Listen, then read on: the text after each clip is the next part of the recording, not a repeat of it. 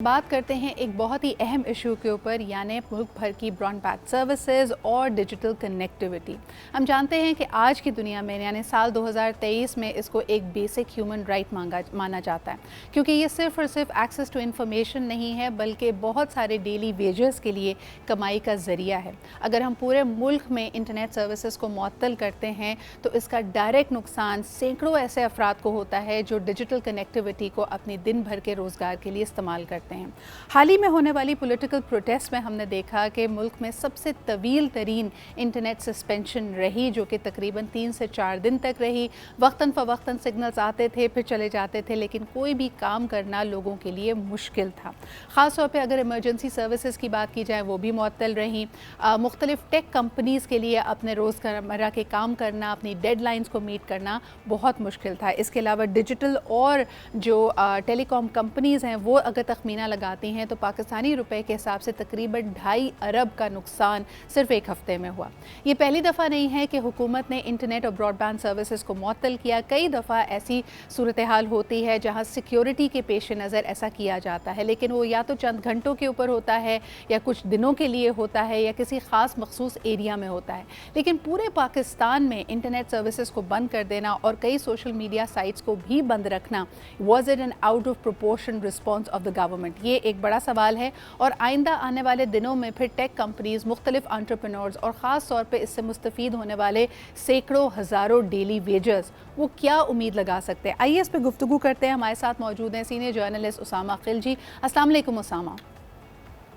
सामा, बहुत बहुत शुक्रिया। फ्रस्ट्रेशन पीक पे थी, लेकिन इसके साथ साथ मीम गेम भी स्ट्रॉन्ग था। कुछ मंचलों का ये कहना था कि पाकिस्तानी नौजवानों ने पहली दफ़ा VPN का सही इस्तेमाल किया है because people desperately wanted their connectivity. किस तरह देखते हैं आप इस सिचुएशन को, और ये जो 3-4 रोज़ में हमने एक्सपीरियंस किया उस पर आपके क्या तासुरात हैं?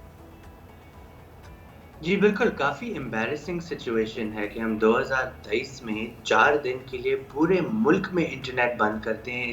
जिस तरह आपने बताया, इसका इकोनॉमिक इम्पैक्ट कितना ज़्यादा है। इसके अलावा हमारे जो बुनियादी हुकूक हैं, उनको किस तरह वायलेट किया गया है। सबसे पहले आपका कॉन्स्टिट्यूशन राइट टू लाइफ को गारंटी करता है, और राइट टू लाइफ में आपकी क्वालिटी ऑफ लाइफ आ जाती है। और उसमें अगर आप कम्युनिकेट नहीं कर सकते, आप कहीं जा नहीं सकते, आपके जो राइड हेलिंग सर्विसेज हैं वो काम नहीं कर रही, आप खाना नहीं ऑर्डर कर सकते, और जो राइडर्स हैं वो जो दिन ब दिन इसी सहूलत पे जो है उनकी आमदनी जो है डिपेंडेंट है, उन पे कितना ज़्यादा इसका असर होगा।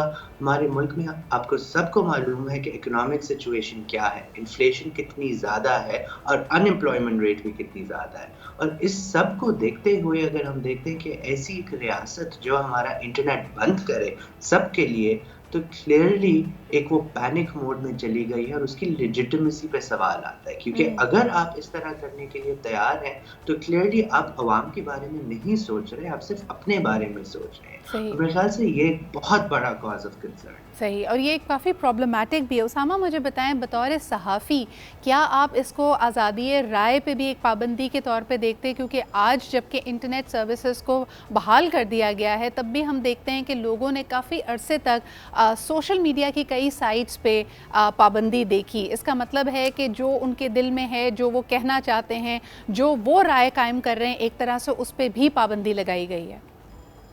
बिल्कुल, ये एक बहुत खतरनाक मोड़ है क्योंकि ऑलरेडी लोग बहुत ज़्यादा फ्रस्ट्रेटेड हैं। आप अगर इकोनॉमी, इन्फ्लेशन की फ्रस्ट्रेशन देखें, वो बहुत ज़्यादा है। पेट्रोल कितना महंगा हो गया, उसकी वजह से हर चीज़ महंगी हो गई है। और उस ऑन टॉप ऑफ दैट आप जब इंटरनेट और सोशल मीडिया को भी बंद कर दें तो this will become a ticking bomb, जहाँ पे लोग जो है बहुत ज़्यादा फ्रस्ट्रेट हो जाएंगे।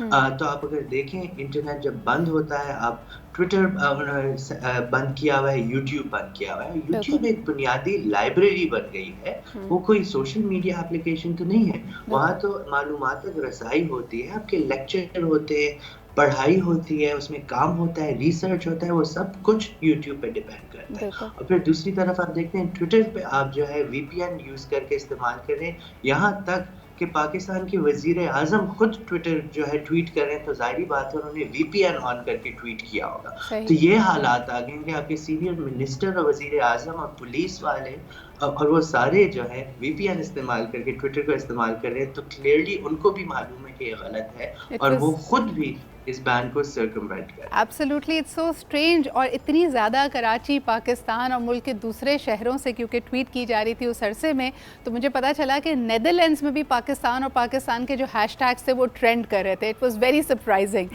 اسامہ مجھے یہ بتائیں کہ اگر ہم پالیٹکس کی بات کریں تو ایک تھیری ہے ہارس شو تھیری کے نام سے، جس میں کہا جاتا ہے کہ اسپیکٹرم کے دونوں طرف جو لوگ ہیں، یعنی اگر جو رائٹ ونگ پالیٹکس پہ یا ایک ایسے معاشرے پہ یقین رکھتے ہیں جہاں پہ ریلیجن بھی ہو، جہاں پہ ویلفیئر اسٹیٹ کی بات کی جائے، جہاں پہ لوگوں کے حقوق ایک خاص انداز میں دیکھے جاتے ہیں، اور دوسری طرف لیفٹ ونگ کی بات کی جائے. ہارس شو کہتا ہے کہ اگر آپ بہت زیادہ لوگوں کو دبائیں گے، لوگوں پہ پابندیاں لگائیں گے، تو دونوں کا طریقہ کار ایک جیسا ہونے لگے گا اور رد عمل میں اسی طرح کی شدت نظر آئے گی.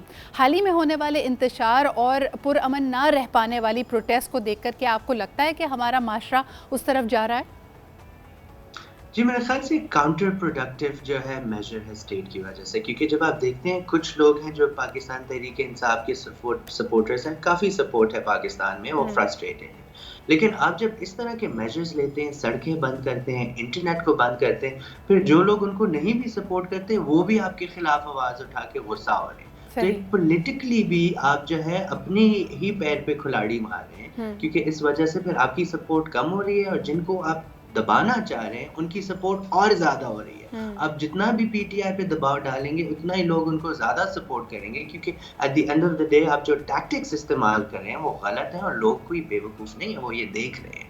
تو میرے خیال سے پولیٹیکلی بھی it does not make sense. M P O کا قانون جس طرح استعمال ہو رہا ہے، جس میں پری ایمپٹیولی لوگوں کو اریسٹ کیا جا رہا ہے، پولیٹیکل ورکرز کو اریسٹ کیا جا رہا ہے، تو ان کے سیاسی حقوق کو بھی وائلیٹ کیا جا رہا ہے. آپ دیکھیں سینئر خواتین ڈاکٹر شین مزاری صاحبہ، ڈاکٹر یاسمین راشد صاحبہ، کتنے زیادہ عمر کی ان کی صحت کے مسائل ہیں اور ان کو بھی نظر بند کیا جا رہا ہے جیل میں. ان کی فیملی لائرز کو ایکسیس نہیں دیا جا رہا اور پھر کنیکٹیویٹی روکی جا رہی ہے. تو آبویسلی لوگ تو پھر اور ذریعے دیکھیں گے اس فرسٹریشن کو ایکسپریس کرنے. جی، کنیکٹیویٹی، بنیادی انسانی حقوق کی پاسداری کرنا ہر حکومت اور ریاست پہ فرض ہے، اور یہ میسج جانا بہت ضروری ہے کہ جو عوام کی اور جو لوگوں کی خواہشات ہیں، جو ان کی ضروریات ہیں، وہ اولین ترجیح ہے کسی بھی حکومت کی. ہمارے ساتھ موجود تھے اسامہ خلجی.